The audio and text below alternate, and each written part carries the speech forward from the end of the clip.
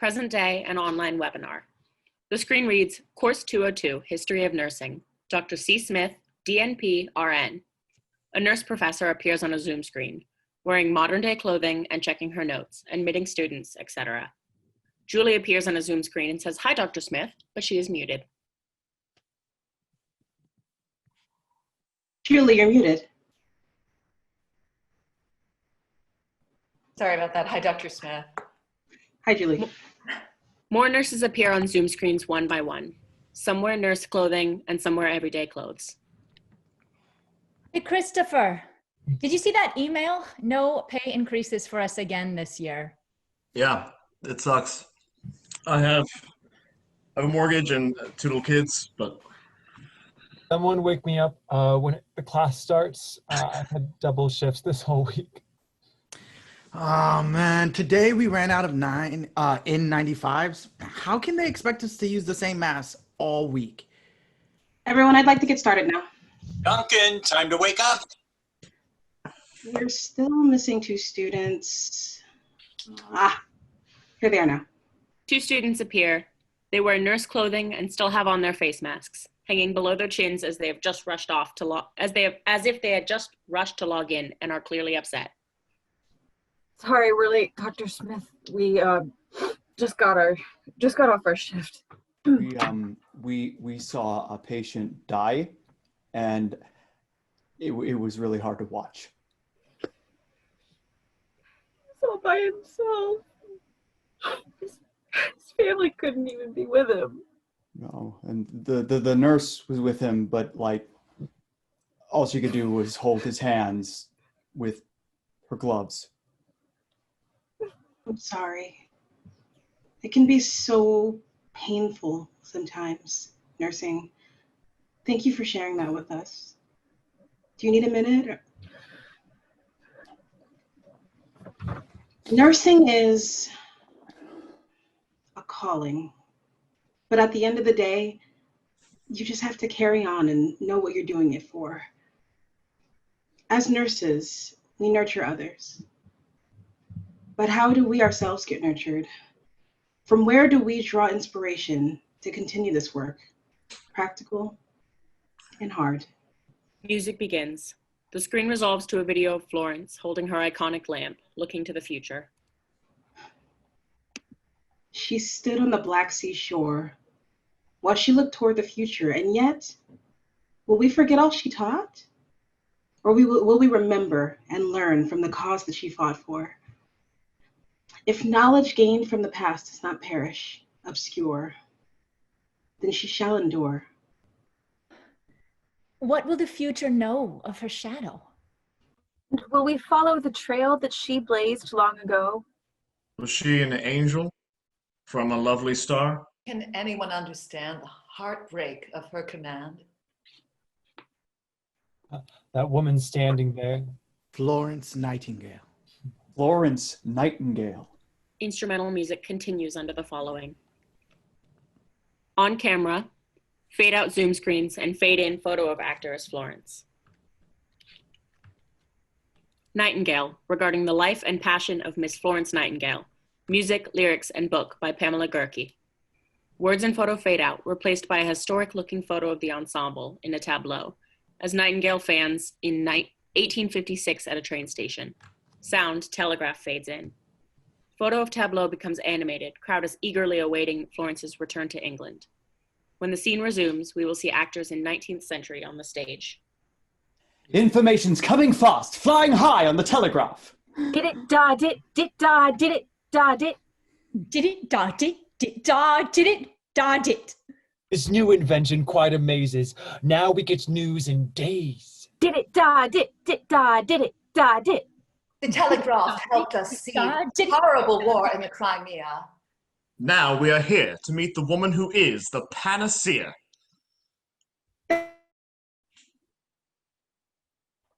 Florence Nightingale. Florence Nightingale. Crowd looks down the tracks, talking excitedly about Florence. While she enters, crowd does not see her. She stands apart from the crowd and looks down at the tracks for the train. Now on her way home from the war, she is totally exhausted and dispirited. The station master, part of the crowd, walks over to Florence. They speak over the music. The train to Derbyshire will be along shortly, miss. Miss, do you need some help? Help? Oh, yes, but I rather doubt I shall receive it. Miss? Pardon me, sir. Can you tell me, what is that rabble over there on the train platform? Oh, they're waiting to greet Miss Florence Nightingale. She's expected home from the Crimea any day now. Dear Lord. Is there somewhere I can wait for the train alone? By myself? There's a ladies' lounge in the station, miss. Thank you. Florence exits. Station master rejoins the crowd. Did it da did da did it da did. Did it da did da did it da did. Have you heard the word through the telegraph? The Army's nurse's chief of staff is a woman. Ooh. Imagine that. I hear that she studied math. A lady? That's a laugh. I just want her autograph. Florence Nightingale. Did it da did da did it da did. Did it da did da did it da did. Did you read in the London Times our soldiers died in filth and grime? Who's responsible for this crime? The British Army. Meantime, a lady with a lamp was there, an angel spreading love and care. She's an angel, a nightingale so sweet and fair. But what did she wear? What about her hair? Florence Nightingale. Did it da did da did it da did. Is she married? No, she's not. Unmarried woman. She really ought to. And I've read that she's got wealth. Ooh. Quite a lot. My cousin's neighbor's sister caught a rumor. Growing up, she fought with her mother, who was quite distraught at her daughter's behavior, so she sought to control her. She was not successful. Her sister's not as pretty. And she's got a nervous disorder. A crackpot. I've heard her father taught her Greek and Latin. Who'd have thought a woman learning like a man? If anyone can, it's her. Can anyone understand how she grew to her command? That angel's coming here. Florence Nightingale. Florence Nightingale.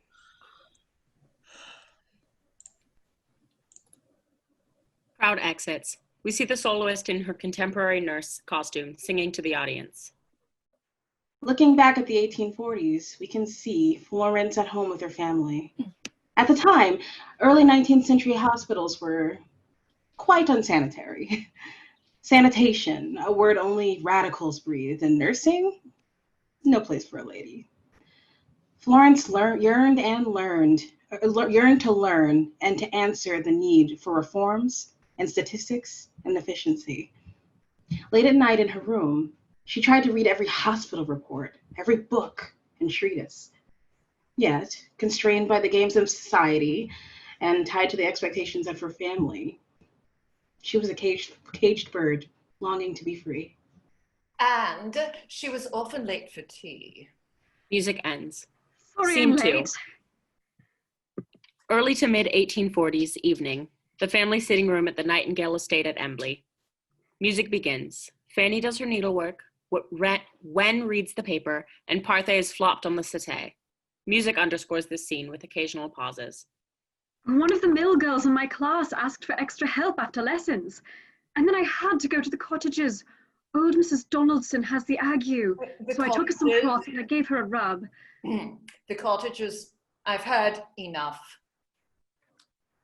Oh, Parthe, dear Pop, you would have loved seeing some of the gowns I saw in the village today. I heard the dressmakers got a new packet of cloth from France. I had to pour the tea all by myself today. Papa? What say we get back to my reading aloud about this new government policy on shipping levies? Will this night never end? The hands of the clock will never move again. Florence, tomorrow you ought to stay at home all day with your sister. But there's so much work to do. Precisely. You are to count the plates and the cups. We have 28 coming for tea on Thursday, and your aunts and cousins arrive next week for a month. I have several letters I need you to write for me. Couldn't Mrs. Clark count the plates? Mrs. Clark has her duties, as do you. For heaven's sake, Florence! You were presented at court over 4 years ago. I'm concerned that you are not preparing properly for your future. I believe I am fully capable of administering to my duties as a lady, Mamma. You've taught me well. But please, try to understand. My imagination is so filled with the misery of this world. All the people I see are eaten up with care or poverty or disease. And my misery means nothing to you? That's not what I... Leave it be. All resume their activities. Say, I hear the Prussian ambassador was here last week when I was up to London. Yes. And Papa, he told me about a marvelous place near Dusseldorf called the Kaiserswerth Institute. It's a hospital where a Protestant deaconess can train as a nurse. A hospital, you say? I don't want to hear another word about it. Lord only knows what goes on between doctors and nurses in hospitals. What kind of things? Oh, when will it be 10? So I can go up to my room again. Set me free from my family. Ugh. Richard Monckton Milnes was here for tea today. Oh, Richard. He asked about you, Florence. Richard is quite the conversationalist, wouldn't you say, Parthy? And so well connected in fashionable society. It would be a good match for you, Florence. Marriage does not interest me. So you have said. Willful, obstinate, strange and passionate, wrong-headed, always in a mood. What am I to do with a daughter like you? Still unmarried at the age of 22? I worry for you. You've been a trial since you were a child. Will this night never end? The hands of the clock will never move again. You've been a trial since you were a child, always defiant to me and to when. Why can't you be normal like others, just like the daughters of all my friends? All resume their activities. Fanny with needlework, Wen reading the paper, Parthe is now sketching, and Florence is winding a ball of yarn. Oh, Mamma, when I was in the village today, I spoke with our old friend, Dr. Fowler. Oh, and how is his family? They're fine. I spoke with Dr. Fowler about this idea I have. My plan, you see, is for me to get some kind of practical training at the Salisbury Infirmary. What is this? I could do so much more good if I knew more about nursing the sick. It's absurd. Dr. Fowler agrees it's a good plan for me to train in a hospital. Hospitals are vulgar. No place for a lady. Dr. Fowler said I could live with his family, and it would only be for 3 months. 3 months? What would I do with you gone so long? You've got your drawings, Pop, and I'm sure Cousin Hilary would go calling with you. It's not the same. Oh, I can just hear what people would say about this. No one needs to know. You could say I've gone to visit Aunt Mai. And how would you keep up with your studies? That's just it, Papa. If you give me your permission to do this, I'll be able to do a practicum in natural history. A practicum? Well, I never. I could put all my studies with you to good use. That was your education, not a, well, I don't know what you call it, a preparation for something like this. It was not that kind of instruction. Life is not a school of instruction, but it is a hard fight. Young lady, I have provided everything for you, and you call your life a hard fight? Not my life, Papa. I'm just saying, how do we wrestle with the evil in the world? This is too much. And try to follow God's plan for us. This discussion has ended. Oh, please, just speak with Dr. Fowler. Then tell your daughter to put this folly out of her mind. Just leave me be. I've had enough fuss. When will it be 10 so I could go up to my room again? I couldn't bear for you to be gone for 3 months, Flo. I miss how we used to spend all day together, doing our studies in the morning, and afternoons we'd always go riding or practice piano.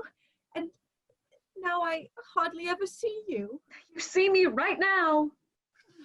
One of your moods. Well, I know what will cheer you. Tomorrow you can pose for one of my sketches in the garden. You could stand next to the fountain, perhaps with a bouquet of roses, like so. You're like a child. People are suffering and you want to play in the garden like a child. Stay loud. with your sister. I simply must go back to the cottages tomorrow. No, you'd rather spend your day with servants' families than with me. Florence, it's not proper for a young woman of your station to spend so much time in the homes of labourers. But you yourself take them food and clothing. Yes, of course, a lady has a duty, but you go too far. And now abideth faith, hope, and charity. These three. The greatest of these is charity. But what about me? What about me? Oh, what about me? Sister, don't ever leave. Ever since when you've been my best friend.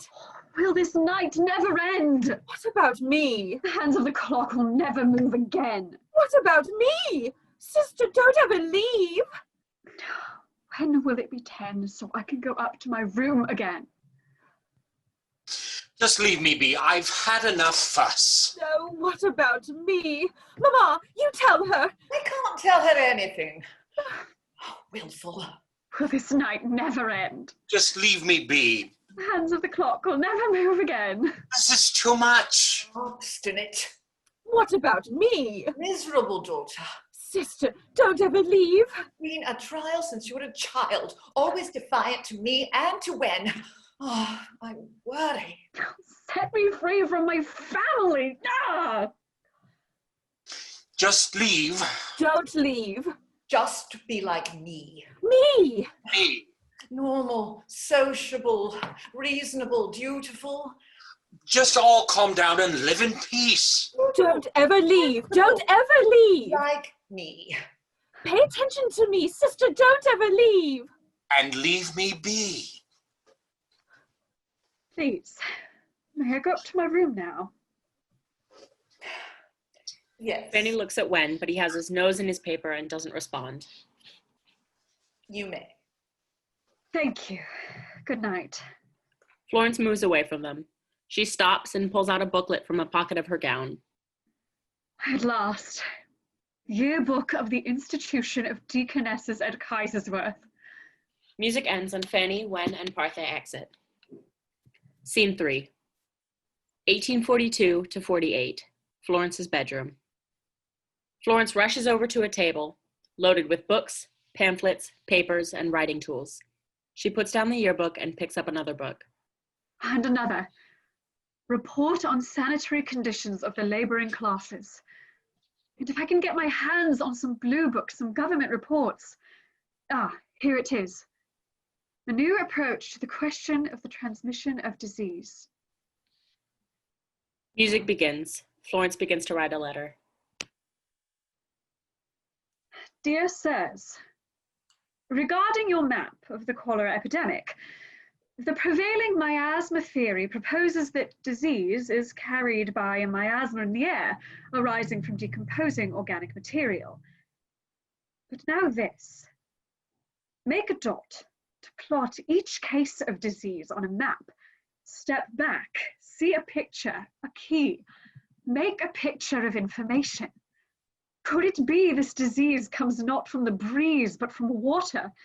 If so, can we foresee and seize the opportunity to stop it?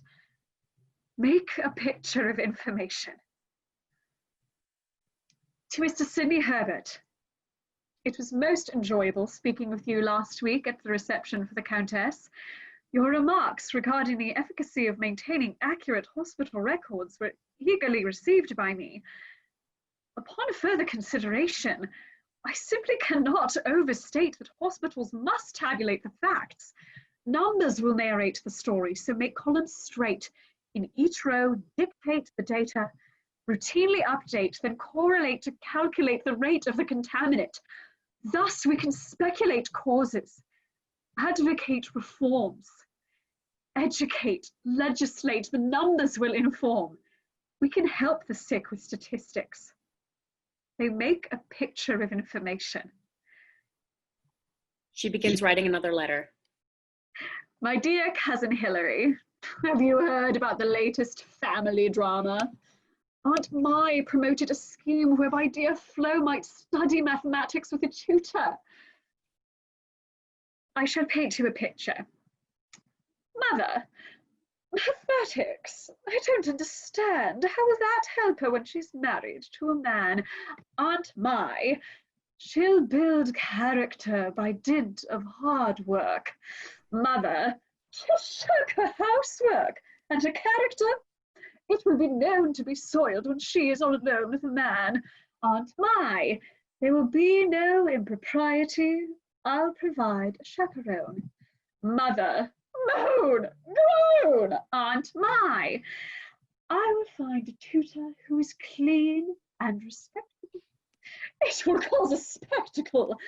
He will be clean and respectable, older, married, and drive away her suitors.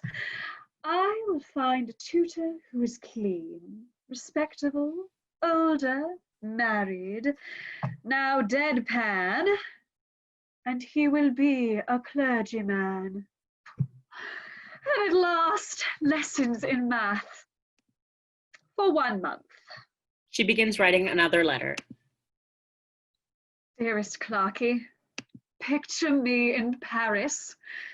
I'm scheming to spend time learning about nursing with the Sisters of Charity. Oh, dear friend, if I can have anything of the kind to do with nursing, I could do without marriage or society or any of the things people sigh after. I want nothing else. My heart is filled. I am home. Aunt Mai said to me, Florence, if you will be ready, something is getting ready for you, and you will be sure to turn up in time. She begins writing in a small journal book. Private notes. I feel as if all my being were gradually drawing together to one point. When I was 16, God first called to me, and ever since then I've been waiting and listening. If I will be ready for it, something's getting ready for me, and I will be sure to turn up in time. I want to be ready for it, something getting ready for me, and I will be sure to turn up, ready to turn up, ready in time. Music ends. Lights dim, show passage of time. Scene 4. June 1848, the sitting room of the Nightingale home at Embley. Lights up on Florence in the sitting room, reading a book. Richard pokes his head around the door. Madam Professor? Richard, I didn't hear you announced. I snuck past the butler, then ducked into the doorway to escape the 2 parlor maids, tiptoed past your mother, and now here I am, with the loveliest woman in Hampshire all to myself. It's not proper for us to be alone like this. Alone with you is all of life's sweetness, dripping golden from the June honeysuckle. Always the poet. And the reformer. You'd be pleased to hear that I was able to use my influence to push through that bill to protect juveniles in the prisons. That's wonderful, Richard. See what a match we are? Our minds meld together in perfect union for those causes which are so dear to our hearts. And I can make you happy in other ways as well, dearest. Music begins. As soon as we're married, We'll travel. In a Sistine chapel, on a floor we'll lie, gazing heavenward, side by side, clasping hands together while our eyes devour divine inspiration for hours and hours. For hours and hours. Art, music, all these will please your imagination. Ah, but passion and pleasure are but earthly temptations. Not for me a vital combination. But that's not all, for I'm no bacchanal, and I know your mind needs satisfaction. When we're married, great men will be drawn to your Thursday afternoon salon, and in my expensive library you'll be free to read, write, and to study. My intellectual nature requires satisfaction. That would find it in him. And my passional nature requires satisfaction. That would find it in him. I can hardly find satisfaction for all of my natures. But then I could be satisfied to spend my life with him. If we were to work together, righting all wrongs, healing our all ills, combining our different natures to serve God's will. Could he possibly be the phantom companion of my fantasy? I require more. Of course. I have a moral nature that requires satisfaction. You will find it in me when we're married. You'll bring baskets to the poor and broth to the sick. You'll be the sweetest angel of physique. Hospitals and charity. Not a dilettante's hobby this, nor the icing on his fantasy of domestic bliss. And I have an active nature. That requires satisfaction. And when you're my wife, I can see your life. All the gents of Parliament, Whigs and Tories, too, will play their daily calls upon you. And yet, after they've come and gone from my afternoon salon and taken my advice, I'd still be a wife. I have an active nature that requires satisfaction, but would not find it in him. Please, dearest. And my moral nature... Satisfied in me. My moral nature requires satisfaction, but would not find it in him. You'll find satisfaction for all your natures. I can hardly find satisfaction for all of my natures, but then I'll never be satisfied to spend my life with him. You'll be satisfied to spend your life with me. For I know we'll never work together. We'll work together. Righting all wrongs. Righting all wrongs. Healing all ills. Healing all ills. Combining our different natures. Combining our different natures. To serve God's will. To serve God's will. He can't possibly be the phantom companion of my fantasy. Music ends. 7 long years. I've been waiting for your answer. Dear Richard, I require more. They exchange one last look. He knows he is defeated and he exits. Scene 5. 1840s in the Nightingale home at Embley and out and about in London society. Music begins. Fanny and Parthe enter and converge on Florence. Throughout the song, everyone constantly and obnoxiously crowds Florence while she moves in a fog of depression. Various aspects of the demands on Florence can be shown in a stylized way, such as visiting neighbors and leaving calling cards, serving tea, counting plates and cups, etc. All movements gradually intensify throughout the song. Florence, listen to me. There are 28 ladies coming for tea. Don't forget your etiquette in society. Florence, listen to me.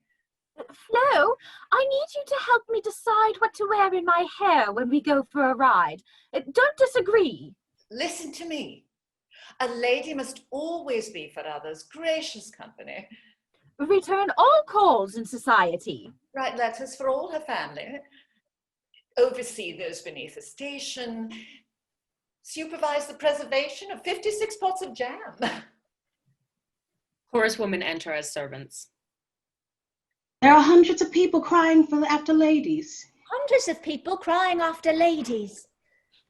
Florence, listen to me. There are 28 ladies coming for tea.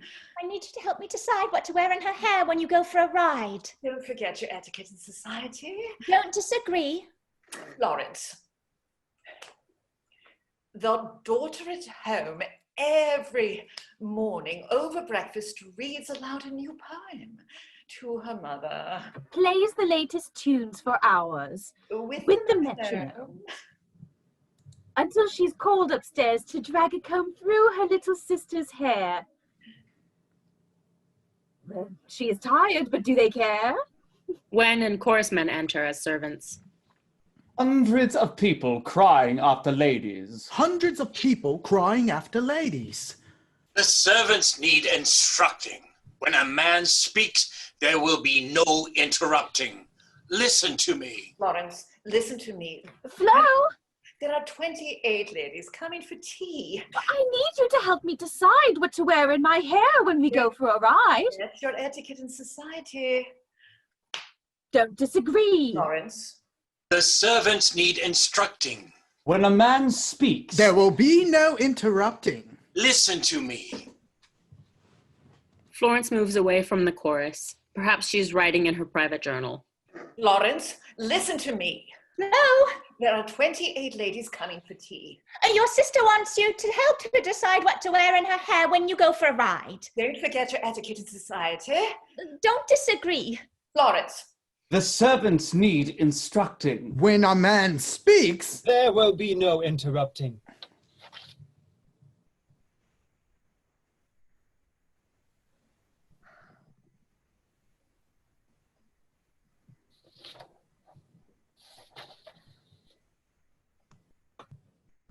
I am told the conversation of all these clever people ought to be enough for me. And why am I starving, desperate, diseased on it? What could become of me? Oh, why, dear God, cannot I be satisfied with this life? Florence, Sydney Herbert is coming for tea. Sydney Herbert is coming for tea. Sydney Herbert is coming for tea. Sydney Herbert is coming for tea. Coming for tea. Sydney. Sydney. Sydney Herbert. Sydney emerges through the crowd. He is a light shining through the darkness of Florence's depression. Chorus recedes and freezes. Oh, Mr. Herbert. Miss Nightingale, you're looking well. My dear, you'll be glad to hear I've got my hooks on some blue books, hospital reports, for you to read. I'll send them along shortly. He hands her blue books and she accepts them gratefully. Dear Mr. Herbert. Now great work together. Until the day I die, I shall never leave your side. Now, I must confide, your notes struck a chord with the hospital board. At this time, they're crossing swords with members of the House of Lords, and their discord cannot be ignored. But if I can persuade the Lords to explore your notes, well, perhaps they'll get on board. Written by a woman. They'd think it untoward. Well, we'll keep your name off the record. Chorus reanimates and crowds Florence, pushing Sydney away from her as she reaches for him futilely, and as Sydney fades back into the chorus again.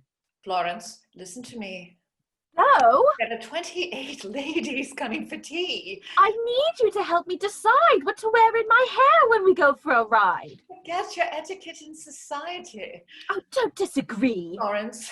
The servants need instructing. When a man speaks, there will be no interrupting. Listen to me.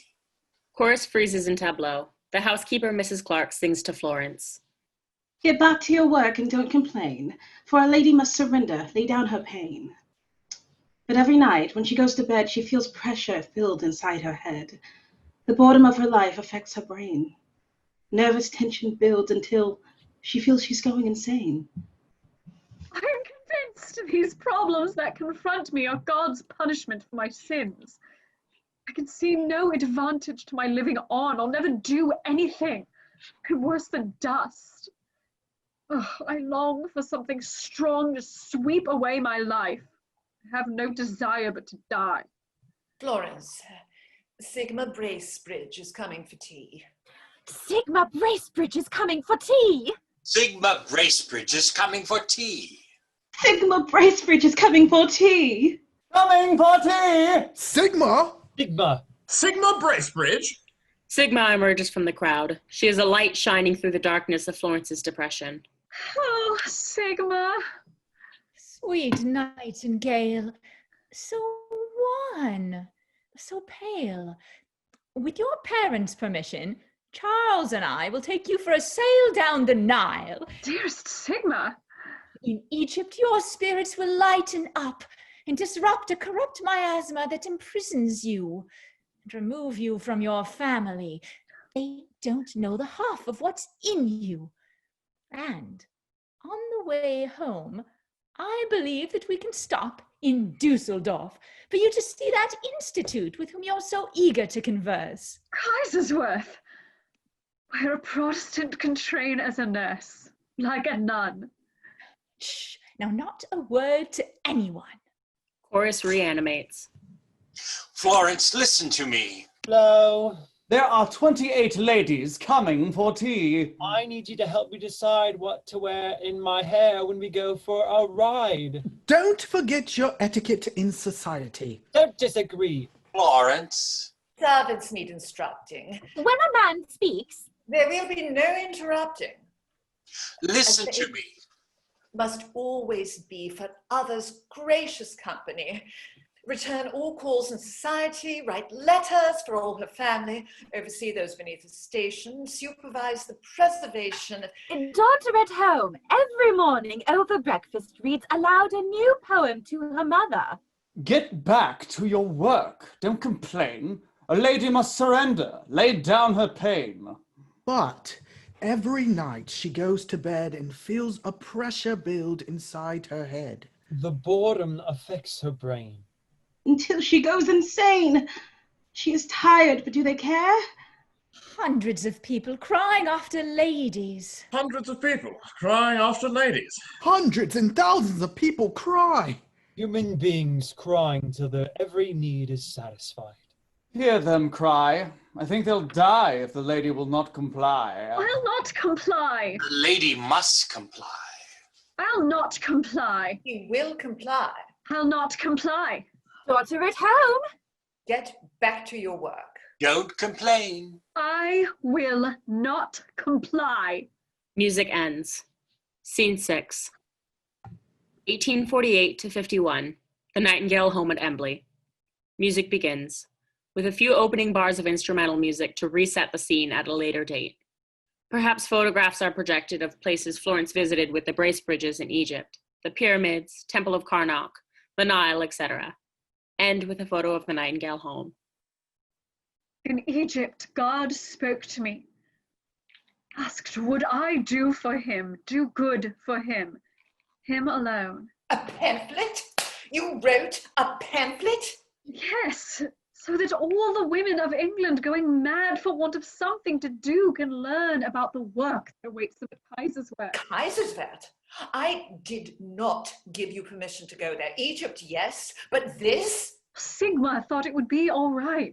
And what's this about a sisterhood of nurses? Why, that smacks of popery. They're Protestants. Oh, what will people think? I left my name off the pamphlet. It's absurd. Papa, surely you can see the educational value. And I didn't use any of my allowance Mr. Bracebridge paid to have it printed. Why must you always upset your mother and sister like this? Give me time. Give me faith. Trust me. Help me, please. Won't you say to me, follow that spirit within? My beloved people, I cannot bear to grieve you. Won't you please give me your blessing? Why can't you simply be normal like other girls? Stay here with me. I'm not a girl anymore. Oh, Pop, dear Pop, look what I've brought. Bracelets from a shop in Cairo. I Cairo. How could you go and leave me alone? No, look what you've done. Sister, don't ever leave. I'm going to the club. Ben, I insist you stay. You're to stay with your sister night and day, and sister. Don't you dare disobey. I insist your display of resistance must be repaid. I have so much work to do. Oh, Just stay here with me. Don't ever leave. During instrumental music, Parthe has a nervous breakdown on the settee while Fanny administers to her, glaring accusingly at Florence, while Florence makes her final, resolute movement away from them. Fanny and Parthe exit. Wen picks up a book. I must take what I need. It won't be given to me. I must take some things, as few as I can, so that I can live according to my plan. I must take what I need. She goes to Wen. Music continues softly under the dialogue. Papa, I have upset your quiet. You have always tried to be different than other people. The only thing I'm trying to do is follow God's call. I shall not ever forget how you nursed your grandmother until her last moments on earth. Great was your usefulness, and great the comfort you gave to my mother. If only now you would give me my freedom. Papa, my dear, cost me a crumb. Can you see clear to grant me an income? Very well. A sum of £500 a year. Florence kisses Wen on the cheek and he exits. I hope now that I have come into possession of myself. I will take all that I have learned and rejoice that youth can never return. I stand here waiting in the mystery. Dear Lord, I am ready to serve you now. Scene change music, as Florence puts some of her books and papers into a satchel, while Mrs. Clark enters with Florence's cloak and helps her put it on. They exit, Mrs. Clark following Florence as lights down. Scene 7. Autumn 1853 to winter 1854. The Institution for the Care of Sick Gentlewomen in Distressed Circumstances. Number 1 Harley Street, London. Lights up on Florence's sitting room at the institution. Sound doorbell. Mrs. Clark enters and opens the front door. There stands Sigma, carrying a large hamper and a piece of paper. Good morning. Do I have the correct address? Is this the Institution for the Care of Sick Gentlewomen in Distressed Circumstances? Yes, madam. Oh, I'm Mrs. Charles Bracebridge, a friend of the superintendent's. Yes, Miss Nightingale said for you to wait in her sitting room. Mrs. Clark leads Sigma to the sitting room. Mrs. Clark, are you? I recognize you from the Nightingale estate. You're one of the housekeepers. Yes, madam. I've come to help her out here. She's always to be rushing about and taking care of things, she is. Would you care for some tea? No, thank you. Mrs. Kingsley suddenly pops her head up from behind a chair or doorway. She is elderly, has dementia, and wears a shabby dressing gown. Hello? No! You're not Miss Nightingale. Mrs. Kingsley! I want to see Miss Nightingale. I need her. And no shoes again. Miss Nightingale is not likely to fall for your trick a second time. Come with me. Mrs. Clark holds out her hand. But I She need turns to Miss Sigma. Nightingale. She shields her feet so Miss Nightingale will rub them for her. Some of these women will do anything for her attention. Mrs. Clark and Mrs. Kingsley exit as Lady Wellington and Lady Canning enter. First, our new supervisor wants hot water piped to every floor. And now she has workmen crawling all over the building. Installing a dumbwaiter. These things do save the nurses from constant climbing up the stairs. As Miss Nightingale says, otherwise the nurse is converted into a pair of legs. And call bells installed in every patient's room. Valves that fly open to indicate which patient has rung. Brilliant. expensive. Sigma has heard them and comes in. Hello, I'm Mrs. Bracebridge, a friend of the superintendent's. Welcome to our little hospital, Mrs. Bracebridge. I'm Lady Canning, Secretary of the Ladies' Committee. And I am Lady Wellington, the treasurer. How do you do? Florence breezes through the door. She is fully enjoying this new chance to spread her wings. Good morning, ladies. I see you've met my dear friend, Mrs. Bracebridge. Miss Nightingale, I am here to discuss this notion you've taken to order all of our supplies wholesale. And what a savings that is. Overall, we've reduced expenditure per person per annum. But wholesale, that is not how we run this institution. And Lady Wellington, I want to thank you. I've taken your advice about the druggist's bill. Well, I don't recall giving you... Thanks to your suggestion, we're saving £150 per year. £150, you say? You must include that in your report to the committee tomorrow, Lady Wellington. I admire how you keep the ladies so well informed. Well, I must be off then. Good day. Good day. £150 per annum. Lady Wellington exits. I've just popped by to return the list of resolutions you gave me. You told me they have already been approved by the medical men on our staff. I'm pleased to tell you the Ladies' Committee has now also approved the resolutions. Splendid. And Florence, don't let Lady Wellington and her faction get under your skin. I think your innovations are marvellous, and many of the other ladies think so as well. Thank you, Charlotte. All my best to Lord Canning. Lady Canning exits. Florence puts her arm through Sigma's and leads her into the sitting room. Dearest Sigma. I've come bearing gifts. A laurel branch from your mother. She gives her a hamper. Flowers and fruit, vegetables, game. How lovely. But she dares not cross the threshold. A working daughter, what will people think? She's trying, Florence. Florence rings a bell and Mrs. Clark enters. What can I do for you, Miss Nightingale? Florence gives Mrs. Clark the folder she received from Lady Canning. Please have this delivered to the medical men of our institution. Tell the messenger to say that I'm asking the men for their approval of these resolutions. Very good, Miss Nightingale. Mrs. Clark exits. But, darling, Lady Canning said that the resolutions you gave her was already approved by the medical men. It was a bold stroke. The medical men will now approve my resolutions and think they are their own idea. Oh, you are a wicked cat. When I entered into service here, I determined that, happen what would, I never would intrigue among the committee. Now I perceive I do all my business by intrigue.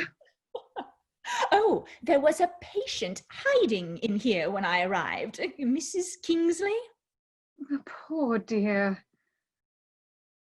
These patients are chiefly governesses whose families have fallen on hard times, and the institution is the cheapest lodging they can find. I'm gaining a deep feeling for the miserable position of half-educated women in England. Well, I'm glad to see you so well settled in. But now, the matter of your family. I imagine they would like to hear from you, Flo. Oh, don't make that face. They really are trying. Oh, that's right. They felt fully in their rights to oppose me. That is, until Cousin Marianne disparaged me to the Ladies' Committee. Only then did Mamma and Parthe in high dudgeon turn completely about. But turn they did. Mamma would never put up with one of the cousins speaking ill of our family. I shall take your counsel again, good friend. I'll send her a note this afternoon to thank her for the hamper. She will be so pleased.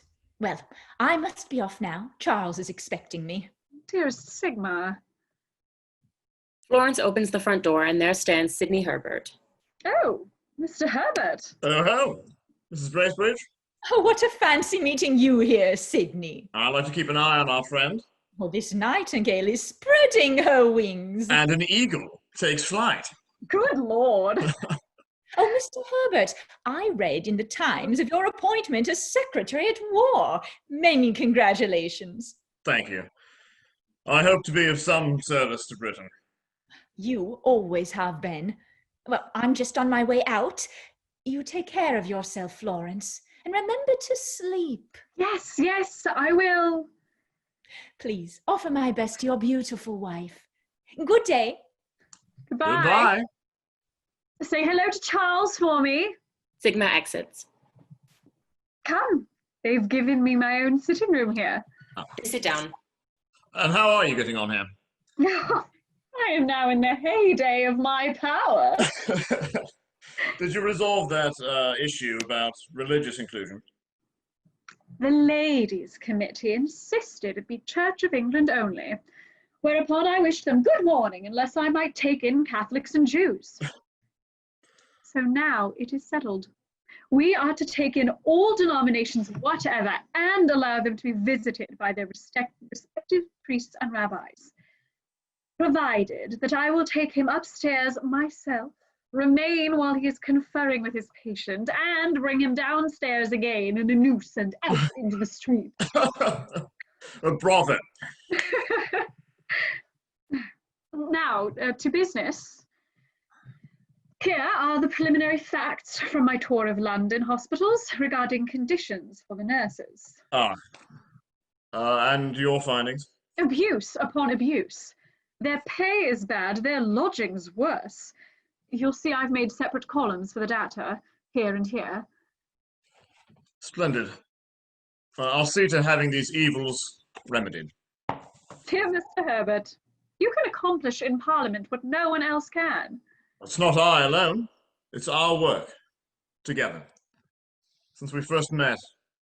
Rome, was it? All those years ago. I just wish I could hire you at the War Office. A lady? And the time draws near. Reform is in the air.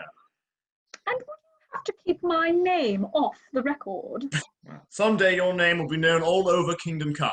God deliver us from such. I must get back to the office now. I expect you're quite busy. We've all been reading in the papers about the crisis in the Crimea. Yes. I can hardly keep up with my correspondence. Sidney moves towards his office as the institution set is removed and Florence exits. Scene 8. March to October 1854. Music begins. Photos, maps, and historical scenes from the beginning of the Crimean War. Lights up on Sidney, dictating a letter to a male secretary in his office.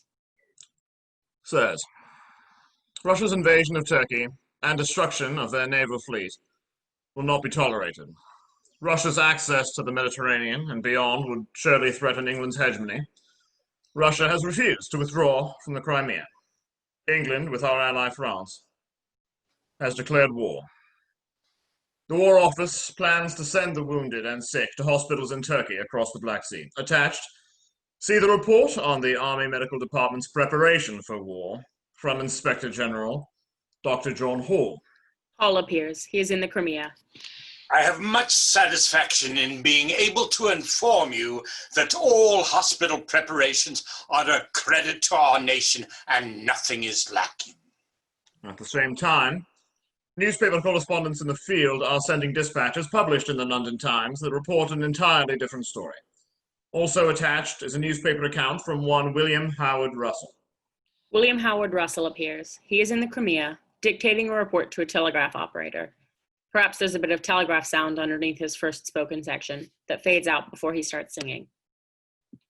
It is with feelings of surprise and anger that the public will learn that no sufficient preparations have been made for the care of the wounded men. Not only are there not sufficient surgeons, not only are there no dressings and nurses, But there is not even linen to make bandages for the care of the wounded men. Can you believe it? They have not a bed to lie upon. There are no preparations for common surgical operations. They are left without the hand of a medical man coming near their wounds and are left to die in agony. At the hospital at Scutari, where we were led to believe that everything was ready, it is found that the men must die through the medical staff of the British Army, having forgotten all that is needed for the care of the wounded men. It rests with the government to make inquiries into the conduct of those who have so greatly neglected their duty. The public react to these reports in the Times with shock and outrage and calls for immediate redress. I believe that the time has now arrived, for the first time in British history, for the establishment of a female nursing staff in military hospitals. There is but one person in England that I know of who would be capable of organizing and superintending such a scheme. 15 October, 1854. Dear Miss Nightingale, you will have seen in the papers that there is a great deficiency of nurses at the hospital in Scutari. I am confident that a female nursing staff might be introduced there with great benefit. Florence enters, wearing traveling clothes and carrying a satchel or purse. She is waiting for the boat to take her and her party to Boulogne, France, on their way to the Crimea. Throughout the scene, she is gathering her nurses together, checking on luggage, etc. There is but one person in all of England whom I can send to superintend the care of the wounded men. Your personal qualities and your knowledge, your power of administration, your rank and your station in society give you advantages no one else has. My question, simply, is will you go and lead the whole thing? The selection of nurses will be difficult, and the task of ruling them will be great. Not the least will be the difficulty of making it work smoothly with the medical and military authorities. I am certain Sigma and Charles Bracebridge would go with you and give you all the comfort you would require. Sigma enters and joins Florence, counting luggage, checking their lists, etc. And if this succeeds, a prejudice will be broken through, and a precedent established. An enormous amount of good will be done. Just the sort of good which only you alone can do. I know you'll come to a wise decision. God grant that it may be aligned with my hopes. Believe me, dear Miss Nightingale, I am ever yours. Sidney Herbert. Sidney exits his office as a crowd besieges him. Mr. Herbert, a quote for the Times. What will happen to my Johnny, Mr. Herbert? What about the shortage of nurses? What, Mr. Herbert, what is the government going to do about the crisis in the Crimea? I'm sending out immediately a commission of inquiry into the state of the hospitals to establish the facts. Oh, look, it's Miss Nightingale, a quote for the Times. See to my Johnny, Miss Nightingale. Miss Nightingale, are you married? Richard appears. He is in his London flat, writing Florence a letter. My dear friend, I hear you are going to the East. Oh, the good you will do there. I hope you'll find satisfaction for you. You can undertake that when you could not undertake me. Yet, our friendship abides. I remain by your side. Dear Miss Nightingale. I hear you are going to the East. In the East, preparations are a credit to our nation. There are no preparations. Miss Nightingale. My question, will you lead? The government must question. There is no question. No question, I remain by your side. Miss Nightingale, take care of my only son. Nothing is lacking. Johnny, my Johnny. They have not a bed to lie upon and are left to die in agony. The army having forgotten the care of the wounded men. Enormous amount of good you will do. Good you will do. I hope you will find satisfaction. I have much satisfaction. Bless you, Miss Nightingale. I hope you find satisfaction. Bless you, Miss Nightingale. Please, May God bless you. take care of my only son. Bless you. Miss Nightingale. A moment where everything stops. A single note is held, and a light shines on Florence, while lights dim on the rest as they freeze in a posture of looking at her with great expectation. Dear Lord, am I ready? Music returns. During the next section, Richard goes to the dock, bids adieu to Florence, and then joins the crowd.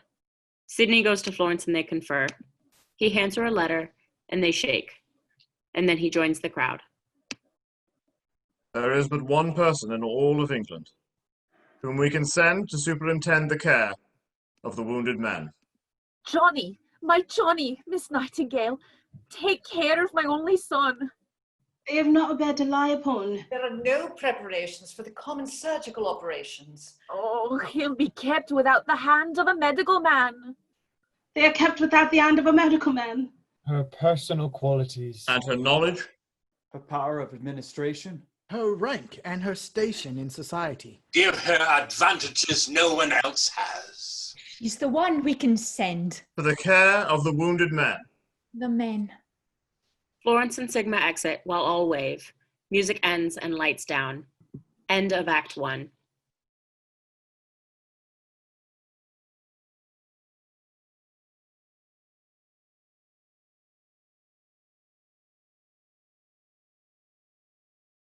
Act 2, Scene 1. Present day, lecture auditorium of a hospital or university. Images are shown of Florence and her party, her journey to the Crimea. As the music ends, the screen reads, Course 102, History of Nursing, C. Smith. DNP, RN. The nurse professor appears on a Zoom screen. Okay.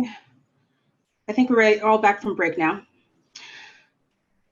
Florence and her nurses, accompanied by Sigma and Charles Bracebridge, left England by ship on October 21st, 1854. After stopping in Marseille, France, to purchase supplies, despite assurances that nothing was lacking in army hospitals, they arrived at last at the British Army hospitals in Scutari, Turkey, across the water from Constantinople, present-day Istanbul. Next slide, please. Their party was made up of Roman Catholic nuns, Anglican, and other Protestant sisters, and nurses from public hospitals. It was not a convivial group. Protestants feared the Catholics, would proselytize the soldiers, and the Anglicans refused to socialize with nurses from hospitals of London. Florence endeared herself to these working class women by her kindness and egalitarian attitude toward them. Lights up on contemporary nurse dim off, as does the projected image. Meanwhile, lights come up on Florence and the nurses, Mrs. Lawfield, Sister Elizabeth, and Sister Noreen, as they enter in the nurses' quarters, led by the sergeant. The sergeant carries some of the group's luggage. Meanwhile, the contemporary nurse quickly changes costume and joins as one of the three nurses. In the nurses' quarters, there is a table, at least one chair knocked over, and a large box or two that can be used to sit upon, and trash strewn about. There is a large chamber pot and a bucket of water with a ladle in it. A box or two of the nurses' supplies have already been brought up and include the linens and sewing supplies and some bottles of port wine. This is where you'll be billeted, ma'am, and more rooms through there. The rest of your bags will be coming up shortly. Thank you, Sergeant. Mr. Ward enters, passing by. This is Miss Nightingale and her party from home. This is Mr. Ward, the purveyor. He's been with the army since the campaigns against Napoleon nearly 40 years ago. Mr. Ward, I'm pleased to meet you. I was hoping for a word with you, Mr. Ward. Sir, I noticed that many patients have no mattresses and some are without so much as a shirt. If I may inquire as to the supplies of clothing and other articles... My office hours are posted. Oh my. Look lively, miss. Sergeant enters and stands as Hall. Sergeant stands at attention as Hall enters. Miss Nightingale, I'm Inspector General Dr. Hall. How do you do? How many in your party? 41 women and 2 men. Each will be issued 1 pint of water per day for everything. Washing, cooking, cleaning. Only a pint a day. You hush now. Dr. Hall, 1 pint of water per day is hardly enough. For the men. We shall make do with a pint, ladies. Hall begins to exit. But Dr. Hall, one more thing. When can the nurses begin to make their rounds? Miss Nightingale, we have orders to house your party here at the hospital. We are, however, under no orders to employ your nurses. You will assist the medical men only upon their request. Florence opens her purse and takes out a letter. I have here a letter from Mr. Sidney Herbert, Secretary at War, with instructions as to our mission. We have your orders. And although I appreciate your intentions are well meant, an extra party of nurses, especially fancy society ladies, is entirely unnecessary here. And now, if you'll pardon me. Hall exits. Me, a fancy society lady. Mrs. Lawfield, would you be so kind as to inspect that room and estimate how many of our party can sleep in there? Yes, ma'am. Sister Noreen, if you would please inspect the other room with the same view in mind. Mrs. Lawfield screams and re-enters. There's a dead body in there. That would be the Russian general. A Russian? Ain't those the enemy? Sergeant, would you see to having the body removed? Yes, ma'am. Sorry about that, ma'am. Thank you, Sergeant. And would you also see to having that chamber pot emptied? But we emptied it a couple days ago. Still got a better room in it. Just the same, Sergeant. We ladies would so appreciate your help in this matter. Yes, ma'am. Sergeant exits as Sister Noreen enters. Miss Nightingale, I believe that room can house our group from the convent along with some of the Anglican sisters. I'm to room with papists. I think not. Sister Elizabeth, I think you to not go name-calling amongst our ecumenical band. You can't order me about. You would prefer to be sent home on the first packet to England. Until then, you can help the others sew mattresses and pillows. Mrs. Lawfield, I believe you have the linens we brought? Yes, ma'am. I didn't come all this way to be a seamstress. All take off their cloaks and lay them down where they can. During the next part of the scene, Mrs. Lawfield gets out the sewing supplies while Sister Elizabeth picks up the fallen chair and then sullenly works on sewing. Mrs. Lawfield cleans up some trash and then gets the nurses' aprons and caps out of a bag. She passes these out and the nurses put them on.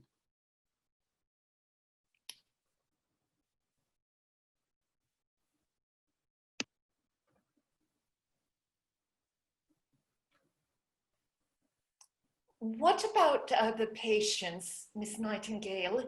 Shouldn't we first minister to their needs? Sister Noreen, if we are to be accepted here, we must adhere to military command, unlike your convent orphanage back home. We must wait until the surgeons request our assistance. But you saw them out in the corridors, lying on those pallets without so much as a blanket. Surely we can bring them water and read to them from the Bible. Reading from religious works is strictly against military regulations, as I've told you. But water is another matter. Florence picks up the ladle and the bucket and sniffs the water. Dear Lord, this water is vile. I'll see to having the water conduit inspected immediately. In the meantime, you must not dispense water to the patients. Miss Nightingale, I must I'm sorry, Sister Noreen, but until we have permission from the head surgeon, you must restrain your good works. You had absolutely no water. Instead, you may open the port wine. Ooh, goody. The nurses retrieve the wine happily. for the patients only, sisters. With our portable stoves, we can prepare special diets for the patients here in our quarters. The beef tea will be good for those with fever. Ladies, we must see to making mattresses, stump pillows, bandages, and arm slings. I suspect the strongest, though, will be wanted at the wash tub. Act 2, Scene 2. November 9th, 1854, morning. The telegraph office at the nurses' quarters. At the nurses' quarters and corridors. Sound, telegraph. Music begins. Russell dictates to a telegraph operator. This is William Howard Russell, corresponding for the London Times. 9th November, 1854. After British victory at the Battle of Alma, the army moves to the heights above Balaclava. Yet, while Russians beat a retreat, our British troops have nothing to eat. Lights up on soldiers, filthy and ragged. Nothing to eat. Marched up the muddy track, ordered to abandon their packs. Our men now lack all they need and freeze when temperatures fall. Attacked by disease, no cannonball can kill like these. Cholera. Dysentery. Scurvy. Starvation. Another battle. Bad decisions are made as generals again convey their incompetence. And thus into the fray, the tragic charge of the Light Brigade. Bloody chaos thus ensues, and the British retreat, but not before we lose 40% of military forces and 75% of the bravest horses. Lights dim off soldiers. Army Command, having blundered all preparations, now sends those survivors of this devastation to hospitals on the Black Sea shore. Yet, through another miscommunication, the information of their arrival comes but 1/2 hour before. Florence rushes up to him. Mr. Russell! Mr. Russell, you're needed to help transport patients. Yes, I just need to finish sending this report. Go! She rushes to nurses' quarters. Russell quickly turns and joins the ensuing chaos as lights up on a scene of wounded and sick soldiers flooding into the hospital. Hall moves about, examining patients and barking orders, while soldiers moan, cry out for water, etc. At the same time, lights up on the nurses' quarters, where the nurses are quickly cutting and rolling bandages, and Florence is gathering supplies and other business. Sergeant enters hurriedly. Dr. Hall, another wagon load's coming up from the dock. Well, why the hell are you standing there? Sergeant turns to Russell. Help me carry them in. They exit hurriedly. Meanwhile, in the nurses' quarters. Hurry with those bandages. We should be helping the patients. We must wait for orders. Stop complaining and rip bandages. Sergeant and Russell enter with a stretcher on which lies a wounded soldier. Put him down. There's no room, sir. This one's dead. Put him here. They lay the stretcher down, replacing the dead body with the wounded soldier. Hall prods the leg of the wounded soldier. Ah! The leg's got to go. Your leg? No! No, please! Shut up, man. Oh, God! Oh, save me! Sister Noreen, see to having the water buckets filled. Yes, Miss Nightingale. Sister Noreen grabs the water bucket and exits with it, then returns at some point. Meanwhile, Sergeant and Russell have entered with the stretcher on which lies a patient. Now Sergeant fumbles with the bandages on the patient. You're doing it all wrong, Sergeant. Get more bandages. Yes, sir. We need more. Mrs. Lawfield points to a stack of rolled bandages. These are ready, Sergeant. God bless you. Sergeant bobs his cap at her, grabs the bandage rolls and runs back to the patients. Meanwhile, Florence goes to Hall. Dr. Hall, the nurses can assist. Sir, the nurses have been trained to staunch the bleeding. If you would authorize us to... Miss Nightingale, direct your nurses to help with the surgeons. Yes, sir. Florence and nurses spring into action, bandaging patients, bringing them water, and helping the others, while shouting and chaos continues over the music. I need more help here, man. I can bandage him. Put that one over there. This one's arm's halfway off. Lay him down carefully. Another wagon's coming up the hill. We need more water here. More. Help me. I need water. Oh, my leg. Music slows down. Hall and Russell exit, helping the soldier limp off stage. There you go now, son. Rest easy. Going to be all right. God is watching over you. Here's some water for you. I'll hold the ladle. Music ends. Scene 3. November 14th, 1854, late night. Nurses' quarters and hospital. Music begins. Florence is writing a letter at the nurses' table while nurses continue to tend patients. Sergeant remains on duty, helping the nurses. At some point, Sigma enters and helps the nurses. 14th November 1854. Dear Mr. Herbert, after that dreadful battle at Balaclava, those who'd survived into our hands began to arrive.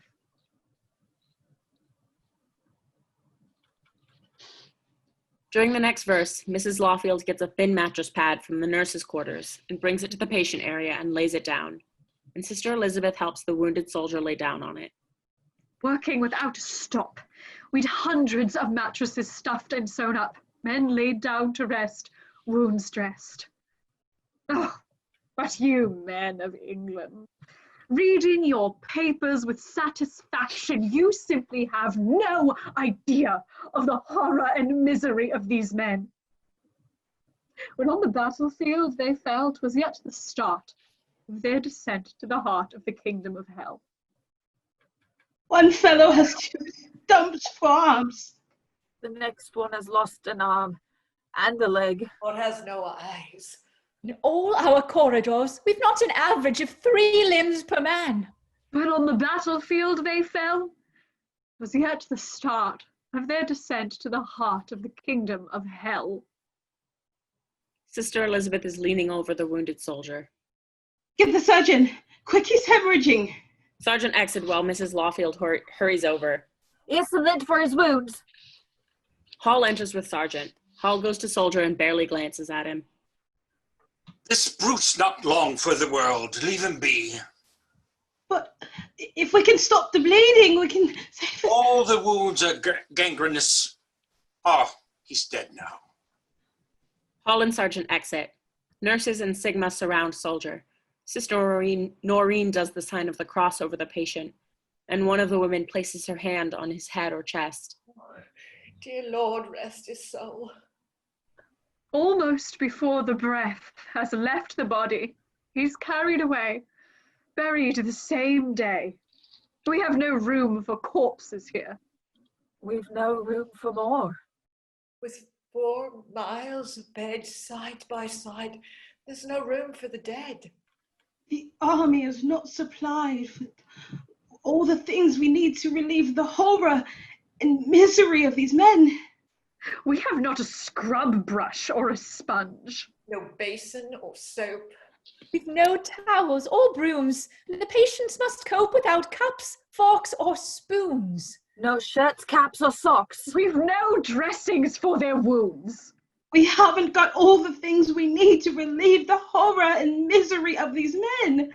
These poor fellows are crawling with lice and covered with mud.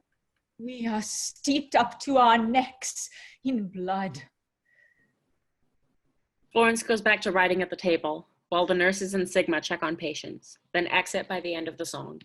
Yet, in the midst of this appalling horror, there is good. And I can say it is good we are here.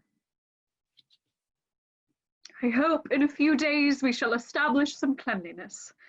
And I am getting a screen for amputations. For one poor fellow who's to be amputated tomorrow sees his comrade today die under the knife, makes impression, and diminishes his chance. This is only the beginning of things. We are expecting the assault. Believe me, Mr. Herbert, I am ever yours. Lights down and music ends as Florence signs, folds, and seals the letter. Scene 4. A few weeks later, nurses' quarters and Hall's office. Lights up on nurses tending to patients. Florence is asleep with her head on the table. Sigma enters carrying a shawl, which she wraps around Florence's shoulders. Florence awakens. Darling, up all night again writing letters, you'll catch your death. We must make the next mail packet. I worry about you. You've become so thin and you hardly eat or sleep at all. I'm fine, Sigma dear. Sergeant enters. Miss Nightingale, Dr. Hall has just finished his inspection tour, wants to see her, ma'am. But she hasn't had her tea yet. Go ahead and put the kettle on. I'll have my tea when I return. Florence follows Sergeant as Sigma exits and lights come up on Hall's office. Hall stands behind the desk. Sergeant and Florence enter the office. Miss Nightingale, sir. Miss Nightingale. Good morning, Dr. Hall. I trust you had a safe passage back from the peninsula. The Black Sea has such terrible storms. We're all mourning the loss of the prince, with all hands lost at sea, along with the supplies we've needed so badly. Let's get to business at hand. Yes, of course. I believe the first order of business is to... I've been told you are determined to establish some sort of laundry facility. Yes. I propose to install 2 boilers and to employ some of the women who are presently living in squalor in the basement of this hospital and who came Our here... followers are not the army's responsibility. Yes. Well, I propose to hire some of the more capable of these women to run the washing establishment. The expense? I believe I can provide for it with the public funds raised by the London Times. The British Army does not operate on private donations. Pardon me, sir, but I've been told no one here has the authority to sign a requisition to repair the Army's laundry boiler.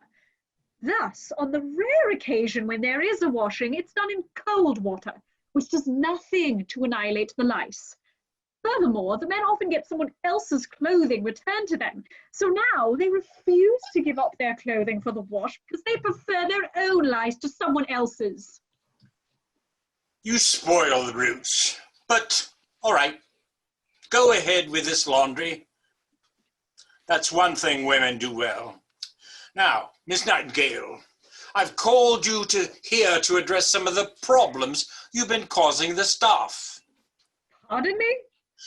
Many of the surgeons are frankly appalled at the cavalier manner in which you produce supplies. I assure you, I have only released supplies from my own stores with proper medical authorization. As to producing these items, Constantinople is one of the world's greatest marketplaces.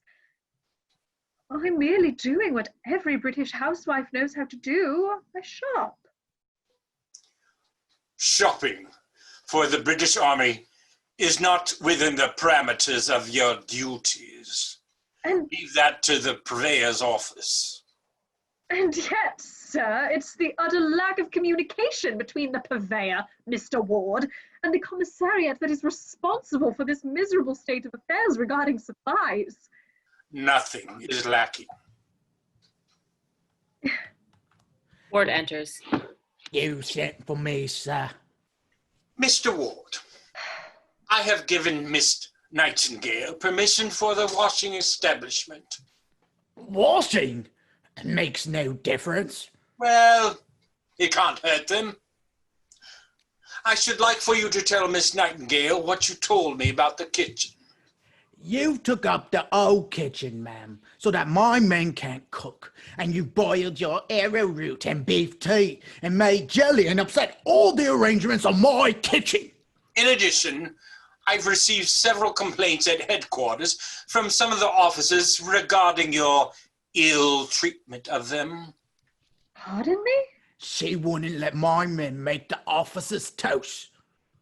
While the kitchen was sorely needed for making special diets for the patients. Special diets? While the officers go without. Without toast? Well, the men... And she wants new cups and forks and spoons for every one of them. Blimey, that's what's been issued to them when they first joined up. Those items were in their army knapsacks, which they were ordered to abandon at the beginning of the war. Army regulations is they got to replace what's been lost at their own expense. Lost? Well, they were ordered to abandon their kits. Women don't understand army regulations, do they? Thank you, Ward. You may go. Pardon me, Mr. Ward, a word. Have you received the requisition for shirts for the men? Oh, stop badgering poor old Ward. Army regulations, ma'am. Like I keep telling you, before I can put any supplies in my stores, a board of 3 officers have to check every box. And will you be calling aboard anytime soon to inspect the boxes of shirts? I don't have time. I got a whole hospital to provide. But providing shirts for the men is purveying the hospital. Miss Nightingale, military regulations regarding procurement has served the British Army long before some society matron has declared otherwise. Return to your duties, Mr. Ward. Yes, sir. Special diet kitchen. On another matter, Miss Nightingale, there's this current investigation before the Hospitals Commission with evidence cited by one of your Anglican nurses, Miss Elizabeth Wheeler. It is most unfortunate that Sister Elizabeth's letter home with her personal complaints was published in the London Times. She has made serious charges against the surgeons and the state of the wards that has fanned the flames of the Times investigation of the entire British Army. A much-needed inquiry into the lack of supplies and sanitation. You're to discipline your charges? You may go. If I may, sir, one more thing. Chloroform is proving to be an effective method of masking pain. The smart use of a knife is a powerful stimulant. It is much better to hear a man bawl lustily than to see him sink silently into the grave under a cloud of chloroform. Good day, Miss Nightingale. Good day. Florence leaves the office and goes back to the nurses' quarters, while lights dim off on hall. Meanwhile, Mrs. Lawfield has entered the nurses' quarters and is peering into a bit of a mirror, fussing with her cap. Sigma enters during the following lines and witnesses their exchange. Mrs. Lawfield, you were assigned to the East Wing today. Yes, ma'am. I only came in to fix my cap. See to your duties. Yes, ma'am. Mrs. Lawfield hurriedly exits. Florence notices Sigma. Mrs. Lawfield is devoted to you, Florence. She must learn to follow orders. Oh, Sigma, I can hardly discipline these women. They scamper about the wards at all hours. And the purveyor has blocked all my requisitions for supplies, and Dr. Hall has You denied. must rest, dear. I have not a moment. We have 5,000 sick and wounded here. Oh, Sigma, is this what God has called me for? All my training flies in the face of this horror. Sigma puts her hand on Florence's shoulder. Mother was right. You and Charles will always be at my side, so wise and good. Rest, dear. Rest. Let me get back to my work. Sigma and Florence exit. Lights up on Hall and Ward in Hall's office. Look here, another poem about the bird. People are getting silly romantic notions about the common soldier from bloody newspapers. Lights down on Hall's office, and Hall and Ward exit. Scene 5, immediately following, in the nurses' quarters. Dear Mr. Herbert, I'll have you know I take rank in the army as Brigadier General because the 40 British females whom I have with me here are more difficult to manage than 4,000 men. Of our Roman Catholic nuns, some are worth their weight in gold, while the nuns from the orphanages are not only useless as nurses, are a hindrance and completely lacking in good sense. Sister Noreen has entered now and knocks over the water bucket, which is empty but noisy. She picks it up and exits. Mrs. Lawfield and Sergeant enter, chatting and flirting. Sergeant is holding a bottle of whiskey. From the hospitals of London, we have many nurses of no particular religion, unless the religion of Bacchus should be revived. Mrs. Lawfield takes a swig of whiskey. I sympathize, though I don't condone that they take to the drink here. What with these wretched conditions and the water so foul. Mrs. Lawfield and Sergeant exit. Did you know? We found in one of the conduits the decaying body of a dead horse. I had it removed immediately. Although some of these women are here seeking husbands, some are proving to be excellent nurses. As for the Anglican sisters, some do nothing but complain. Sister Elizabeth enters. Miss Nightingale, I must protest. The men are not being given nearly enough to eat. I must be allowed more quantities of milk, eggs, and port wine for them. As I've told you repeatedly, Sister Elizabeth, I will supply only what has been ordered by a doctor and written and confirmed on the diet roll. The diets are wholly inadequate. Not only are these men suffering from dysentery and diarrhea, they're starving to death. I will apply for a doctor to listen to your advice about the diets. The doctors don't care. They're entirely without sympathy and consideration for others, as are you, Miss Nightingale. You care nothing for any of these. Sister Elizabeth. Return to your duties. Sister Elizabeth exits. And some of our group have other complaints. Mrs. Lawfield re-enters, a bit emboldened by the whiskey. Miss Nightingale, ma'am. I came out, ma'am, prepared to submit to everything, to be put upon in every way.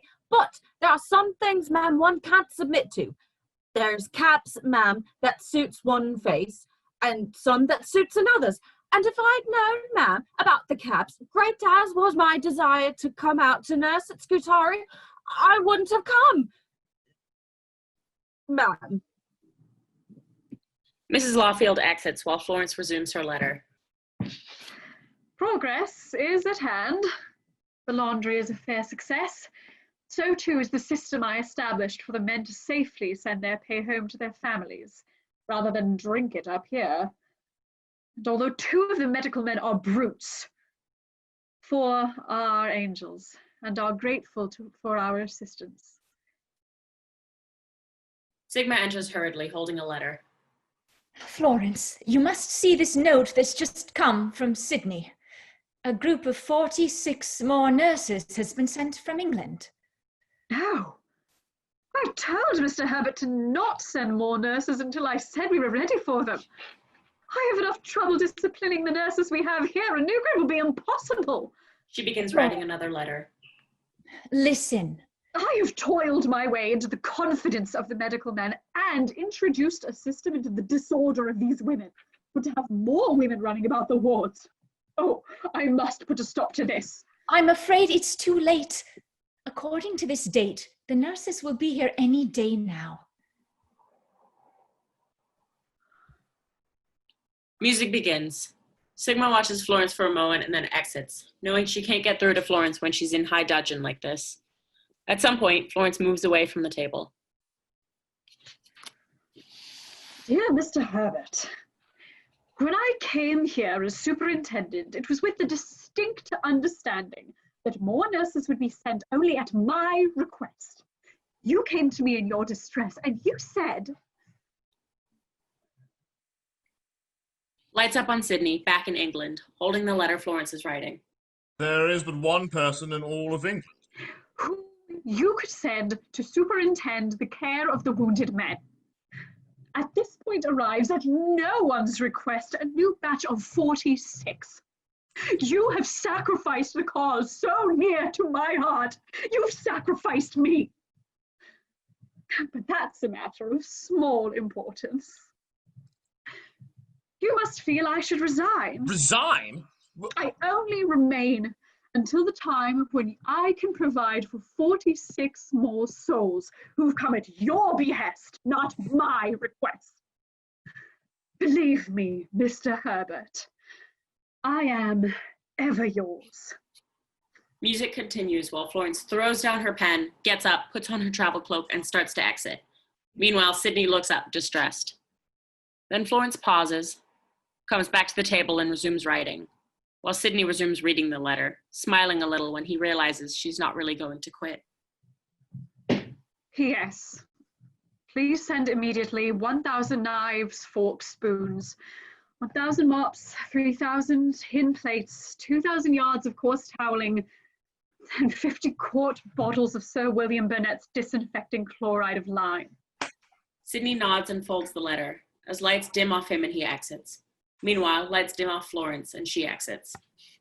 Scene 6. Winter 1854 to 55. Late at night, hospital. Music begins. 4 or more soldiers, including Sergeant, are sitting or standing in the hospital. Late at night, I'm in the dark and in pain. When a door to heaven opens and I see her again, moving in that light, her feminine form casts a shadow that can heal this war. Her presence is a comfort, and I kiss her shadow as she passes by, lay down on my pillow, and then my heart mends.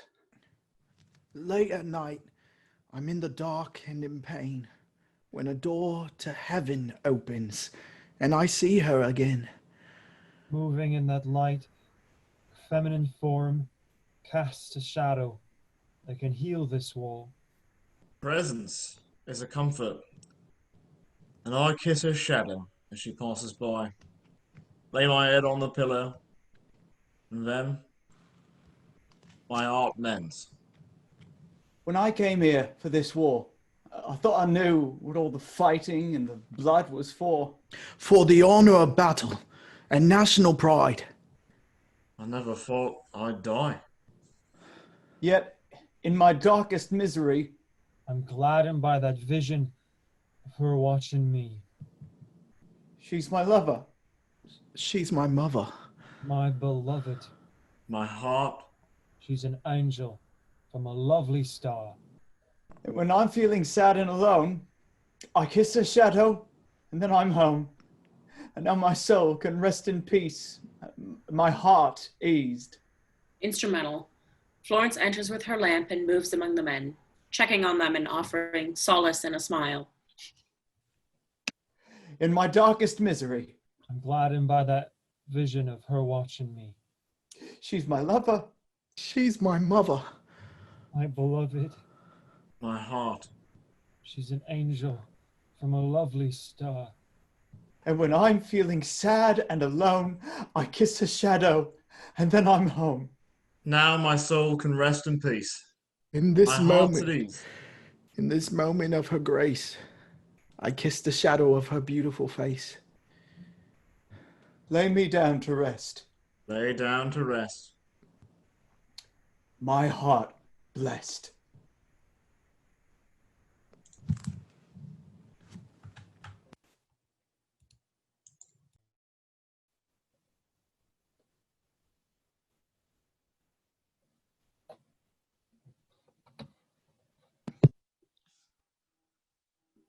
Scene 7, May 1857, the nurses' quarters.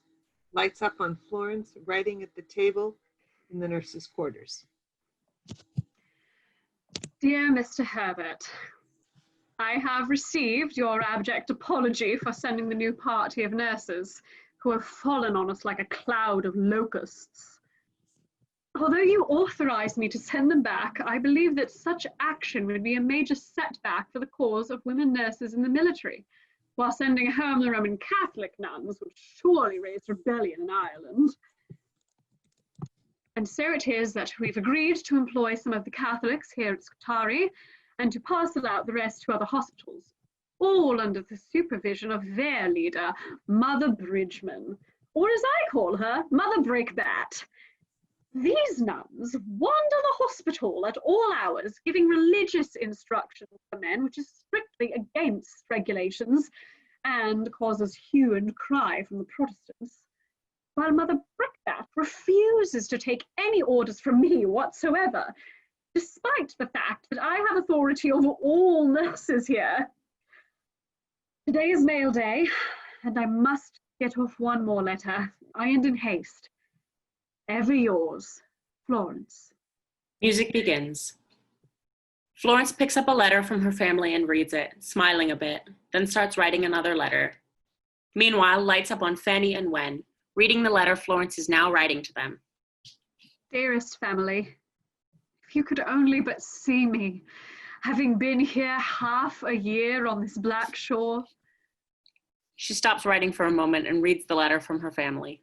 We see that you're blazing the trail that you came to this world for. Partha enters, and Fanny and Wen show her the letter from Florence, and they read it together.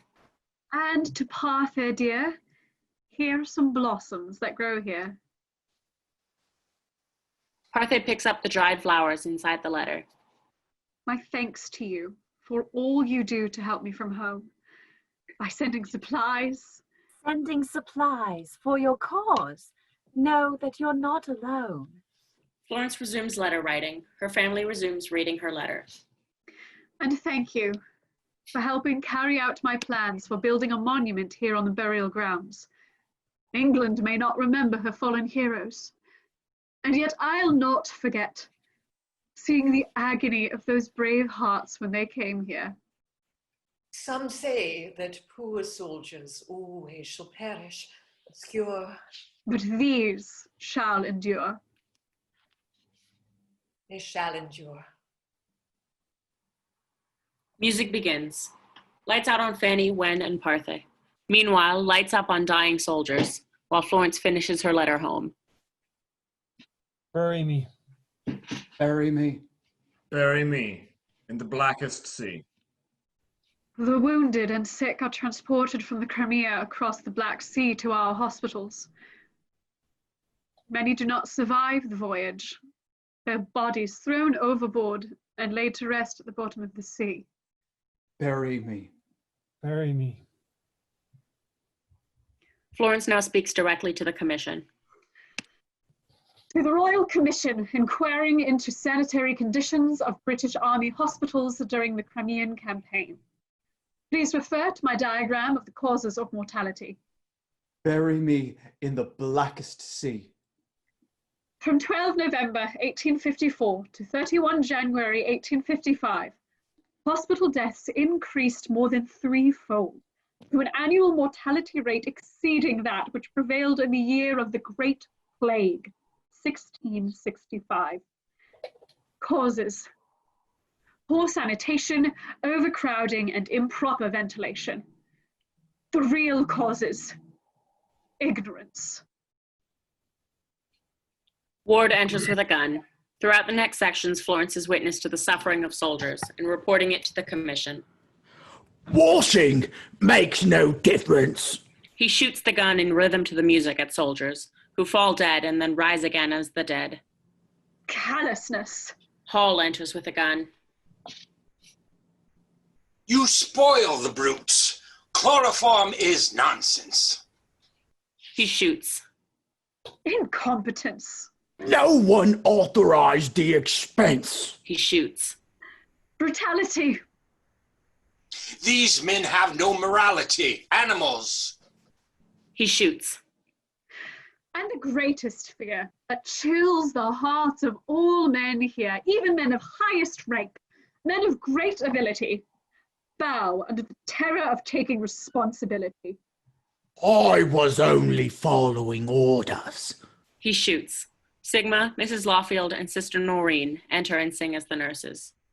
Bury me. Bury me. The horror and misery of these men. Nothing is lacking. He shoots.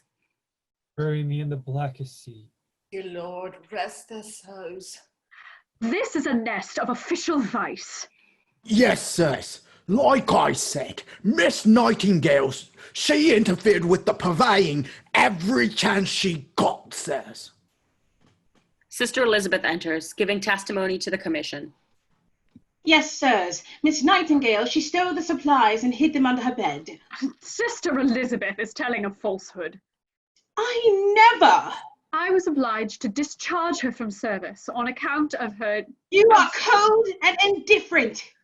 Sister Elizabeth flies at Florence while Florence dodges her. Sister Elizabeth fades back and sings with the chorus. Bury me. Bury me. Washing makes no difference. He shoots. The horror and misery of these men. You spoil the brutes. Chloroform is nonsense. He shoots. This is a calamity unparalleled. Bury me in the blackest sea. Dear Lord, rest their souls. These officials exploit misery. Bury me. Bury me. I was only following orders. He shoots, and the dead fall on top of each other, beginning to form an altar of murdered men. Florence moves to stand behind the altar, facing the audience. 5,000 brave hearts. The horror and misery of these men. Nothing is lacking. He shoots, and the dead fall into final positions on top of each other as the altar. Florence stands behind the altar in a Madonna-like pose with arms outstretched, lights streaming down on her. I have aligned my fate with these. Dear Lord, bless her soul. I am prepared. I do not despair. I stand at the altar of the murdered men, and while I live, I fight their cause. Their cause. I stand at the altar. I stand at the altar of the murdered men. I stand at the altar of the murdered men, and while I live, I fight their cause. Oh. Music ends, lights down. Scene 8, here and now. Music begins, lights up on contemporary nurse soloist. Now, over the globe, she's known, casting light on what's needed to nurse our earthly home. Photo of the real Sidney Herbert. Florence Nightingale returned to England at the end of the war and worked with Sidney Herbert to improve conditions for soldiers. Photo of the cover of Florence's report. Notes on the matter affecting health, efficiency, and hospital administration of the British Army. From her London flat, nicknamed the Little War Office, she led reform of the British Army's medical department, while her faithful lieutenants, men with political influence, relayed her writings to the halls of government. Her name, however, was left off the record. Photo of Florence's famous diagram of the causes of mortality in the Army in the East. With data she collected in the war, she made a diagram showing that soldiers' deaths were due primarily not to battle wounds, but rather preventable disease and infection. She made a picture of information. Photo of the real Florence Nightingale as an old woman. Florence herself contracted a disease in the Crimea that left her an invalid for much of her life. Nonetheless, she lived more than 50 years after the Crimean War. Photo of sheet music of popular song about her. During the war, she had become world famous due to stories, letters, and poems about her exploits and heroism. Lights up on chorus as they enter, dressed as contemporary nurses. Did it die, did die, did it die, did. For decades, she wrote numerous reports, corresponded with heads of state and others all over the world, and helped advance public health, hospital administration, social services, and much, much more. What will the future know of her shadow? The founder of the International Red Cross attributed his inspiration to her. But we follow the trail that she blazed long ago. She's an angel, Florence Nightingale. Did it die, did die, did it die, did. She became renowned as an expert on India. It was tradition for each new British viceroy to meet Miss Nightingale and to be briefed by her. She pioneered the field of nurse education and established nursing as a profession. Nursing today is rooted in the fundamentals she instituted: compassionate patient care, sanitation, data collection. Florence Nightingale and the professionalism that is the hallmark of modern nursing. The name Florence Nightingale is often associated with the image of a sweet do-gooder, an image that masks her true power and ferociousness. She prevailed against incompetency and inefficiency, catching old ways in the act of being obsolete, opening the door for a better way.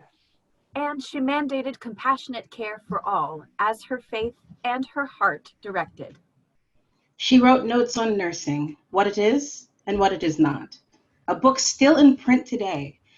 Before germs were fully understood, she instinctually knew that pure water, clean environment, and sunlight are needed for healing. Will we remember and learn from these things she revealed? Epilogue ends and music begins. Notes on nursing.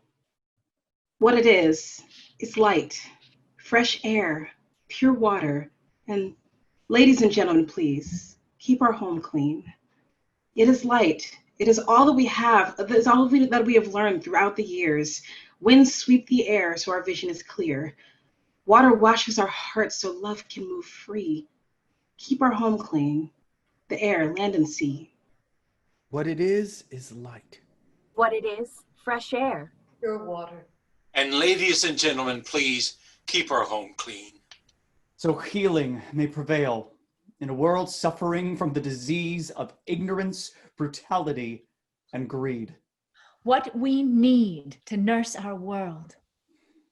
What it is, keen mind, Clear eye, Pure heart. And ladies and gentlemen, please keep our home clean. It is not to do harm. It is not to ignore when the earth cries alarm and there's famine and war. It is light. It is breath. it is heart. It is mind. The patient will live if we read all the signs. What we need to nurse the world. What it is light. What it is, fresh air. Pure water. and ladies and gentlemen, please keep our home clean. This is what we need. What we need to nurse our world. Nurse our world. Nurse our world. Nurse our world. Notes on nursing ends. Music begins. Finale as Florence enters. There was but one person in all of England.